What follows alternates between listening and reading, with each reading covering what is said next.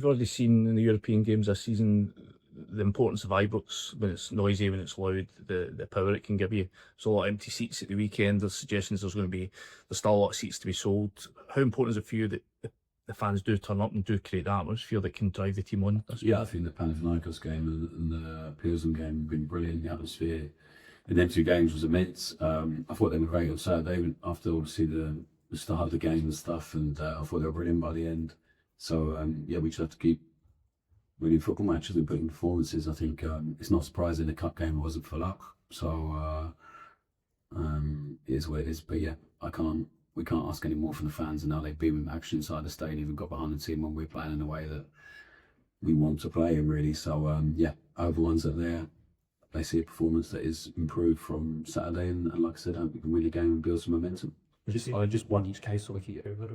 We've seen over the last few seasons what's possible for Rangers in this competition. Is that something that really excites you, the potential that there is ahead of you? Yeah, I think what excites me the potential in this group. Now that we have a group settled down and window shut, we have a group we're really happy with, the potential in the team, the potential to have some amazing moments at this club and nights that you can't replicate anywhere else, and also the potential to win trophies. And when we're in any competition, we'll be in, we'll try and do our very best to win that. So I think, I'm not saying we're going to win this competition, but we're in it, we're going to attack it, and we've got to try and enjoy as much as we can. We've been, it's an exciting group, it's difficult, it's some big games, some tough opposition, but you wouldn't expect anything else. But we're looking forward to it. I think the guys that have been here and experienced some good moments in European football, they felt it already. So I think they can definitely help the other players recognise what's at stake and what can be achieved.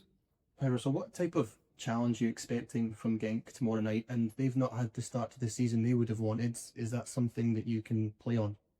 Yeah, but I'm sure their head coach will probably be saying a similar thing about us and been frustrated. I'm sure he's frustrated. They had a brilliant season last season.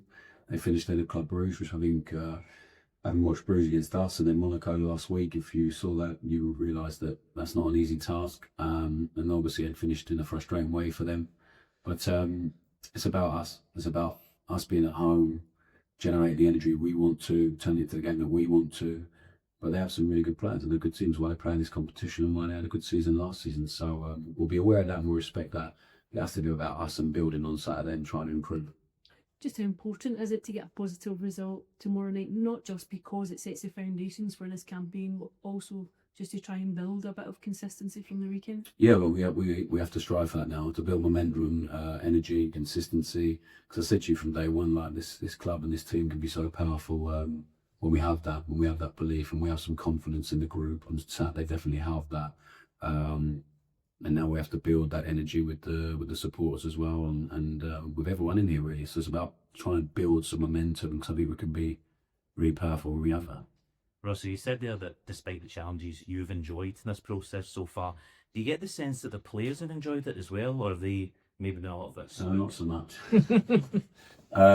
No, I think our job as coaches, and I think why we all got into it, is to help players as much as possible, to win as much as possible in a certain way.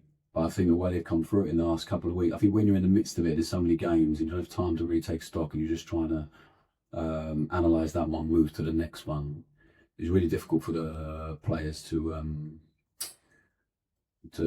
like maintain a sense of self and actually to enjoy and be conscious of what's going on, because it just become like a bit robotic in the thing. So it's been a really interesting process for that and learning. But we have to try and get them, and that was the whole point of taking them out of this environment last week.